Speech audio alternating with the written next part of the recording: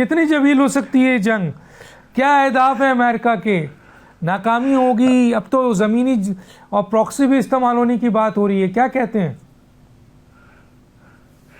بسم اللہ الرحمن الرحیم۔ ڈاکٹر صاحب، جہاں تک تعلق ہے امریکہ کی جنگ کا، اس کے جنگی آسپیکٹسوں پہ اچھی بات کی مناز صاحب نے، ابھی سردار صاحب بھی بات کریں گے ڈپلومیٹک اینگل سے۔ اگر اس کا ایک اور جو پولیٹیکل اینگل دیکھیں، پہلی بات تو یہ ہے کہ جو آبجیکٹیوز امریکہ نے سیٹ کیے تھے اس جنگ کو شروع کرنے کے لیے، وہ اس وقت بھی ناقابل فہم تھے، آج بھی ناقابل تکمیل ہیں۔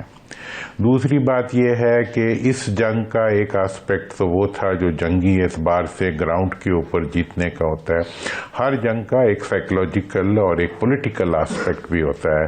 تو میں سمجھتا ہوں کہ جہاں تک اس جنگ کا سیاسی پہلو ہے، امریکن لیڈرشپ جو ہے وہ اپنے ملک کے اندر، پوری دنیا کے اندر اور پوری دنیا کی عوام کے اندر وہ اس جنگ کو برابر ہار چکی ہے۔ مطلب اگر آپ یہ کہیں کہ امریکن حکومت جو ہے وہ خود امریکہ کے اندر اس جنگ کو ہار گئی ہے تو یہ بات غلط نہیں ہوگی۔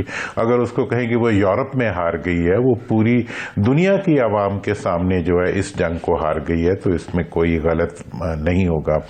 تیسرا آسپیکٹ جو جنگ کو جیتنے کا ہوتا ہے وہ ایک بہرحال جنگی مشین کی طاقت اور اس کی اور ٹیکنالوجیکل سپریمیسی کا ہوتا ہے۔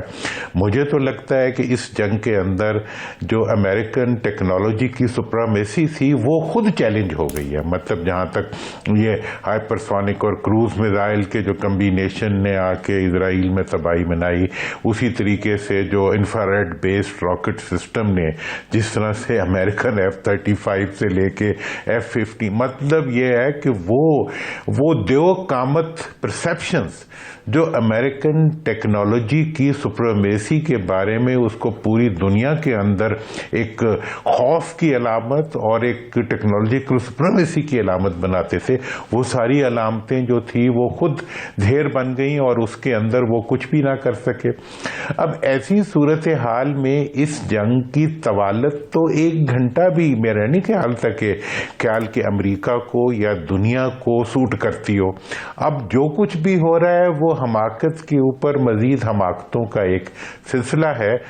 حماقت کے لیے تو کسی استدلال کی ضرورت نہیں ہوتی، جہالت کے لیے کسی علم کی ضرورت نہیں ہوتی۔ تو اب اس وقت ایک جہالت پہ مبنی استدلال پہ چلنے والی ایک جنگ ہے جو زمین پہ تو آگے جانے کا، اس کی ہر زمین پہ آگے بڑھنے کی شکل جو ہے وہ آگے بڑھنے والے کو ہی نقصان دے گی۔ تو یہ تو اس کی کرنٹ بات ہے۔ باقی اس کے بارے میں جہاں تک سوال ہے کہ دنیا کے اندر، ویسے اگر آپ ماضی میں بھی دیکھیں، مشرق کی طرف امریکہ نے جتنی بھی جنگی اقدامات اٹھائے ہیں، خواہ ویتنام کا ہو، خواہ افغانستان کا ہو، وہاں پہ اس کو اس طرح کی کامیابی نہیں ہوئی جیسی وینزویلا میں اور سرٹن مڈل ایسٹ کنٹریز میں اس نے حاصل کی ہے۔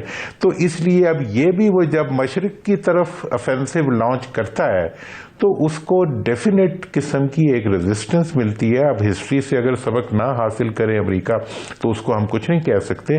تو آج بھی اس سارے عمل کے اندر جو ایک نیا پہلو نکلا ہے وہ مڈل ایسٹ کی آپ نے بات کی۔